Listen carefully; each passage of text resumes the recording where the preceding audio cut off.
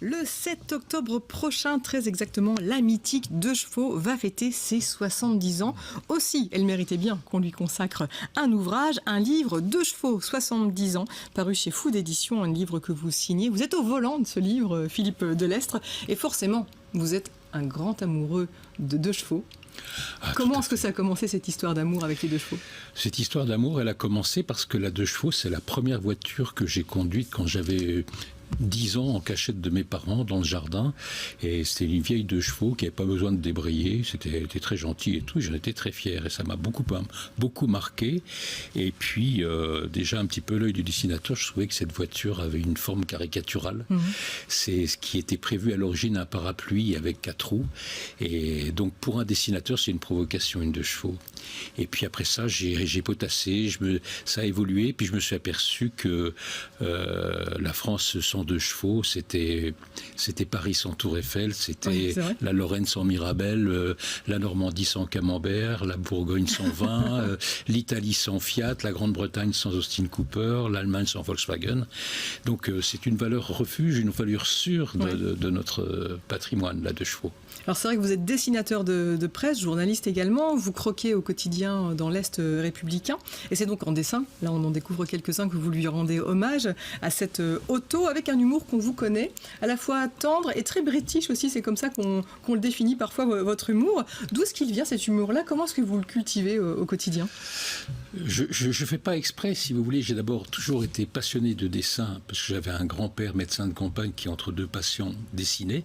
Donc il m'a collé le virus, et j'ai toujours dessiné, j'ai recopié les autres, etc.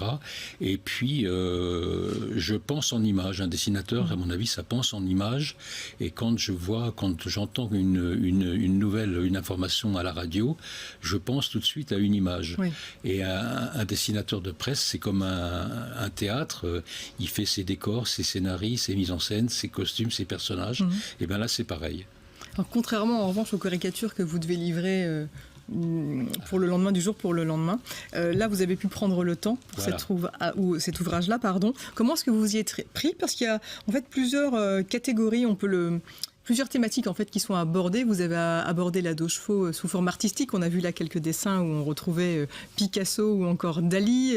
Vous l'avez abordé d'un point de vue cinématographique, historique. Comment ça s'est passé pour vous ? Comment vous l'avez structuré ?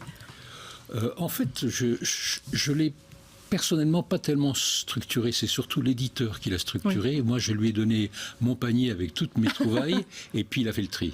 D'accord. Et c'est lui qui s'est aperçu qu'il y avait des rapports, des chapitres en liaison avec le cinéma, d'autres avec la politique, d'autres avec l'histoire, donc avec la technique, etc.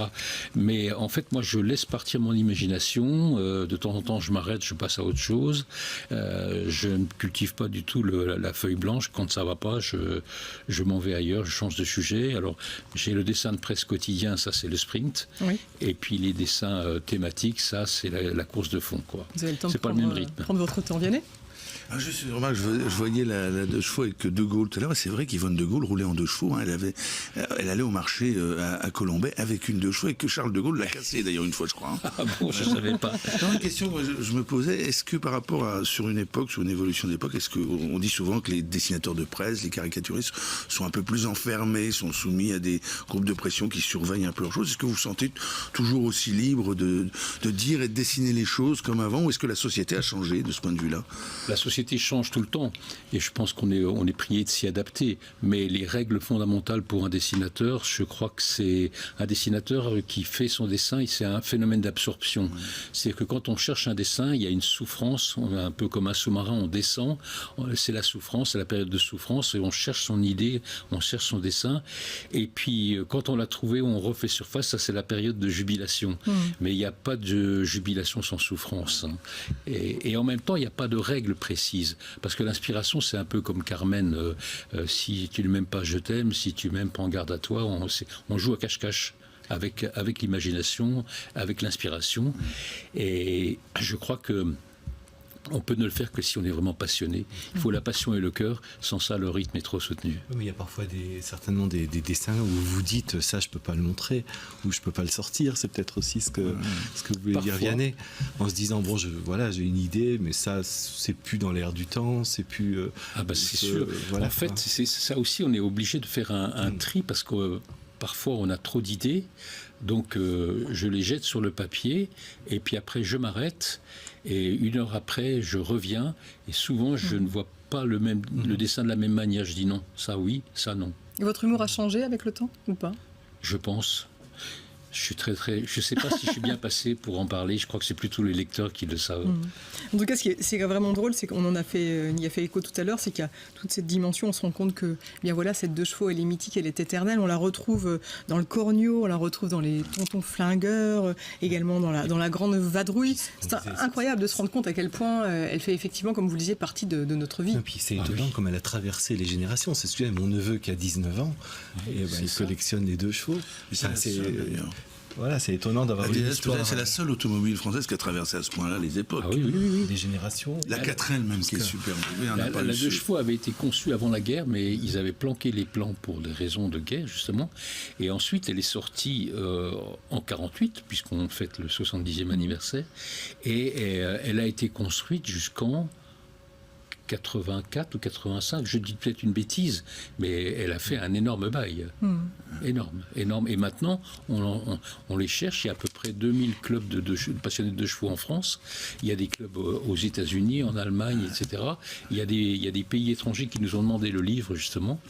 Et c'est fou on peut savoir l'ancrage que cette voiture a sur la France, sur même le monde. Qu'est-ce que vous aimez? Pardon. C'est un monument, c'est un vrai monument.